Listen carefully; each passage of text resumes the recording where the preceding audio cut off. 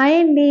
మన ఇంట్లో ఎప్పుడూ చికాకులు గొడవలు పడకుండా, అలాగే అనవసర ఖర్చులు, అనారోగ్యాలు లేకుండా, చెడిపోయి మంచి జరగాలన్నా, స్థిరంగా లక్ష్మీదేవి ఉండేందుకు ఖర్చు లేని రాగి చెమ్ము చక్కటి పరిహారం అండి.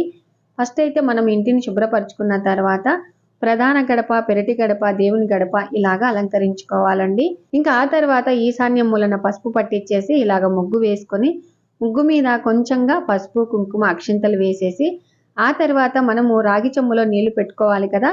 కాబట్టి రాగి చెంబును నీట్గా కడిగేసి వాటిలో నిండు బిందె నీళ్లు నిండుగా పోసేసి 3 సార్లు పసుపు, 3 సార్లు కుంకుమ, అలాగే అక్షింతలు, ₹1 నాణెము, అలాగే లక్ష్మీదేవికి ప్రీతికరమైనటువంటి యాలకులు, పచ్చకర్పూరము, కొంచెం జవ్వాది పౌడర్ వేసేసి చక్కగా ఎర్ర పువ్వు వేసేసి మనము చేతులారా కట్టుకున్నటువంటి పూలు ఇలాగ అలంకరించుకొని ఇంకా ఆ తర్వాత ఇంట్లో అంతా ధూపం వేసేసాను. మీరు కూడా తప్పకుండా ఇలాంటి పరిహారం చేసేసుకోండి. చాలా అంటే చాలా మంచిదన్నమాట.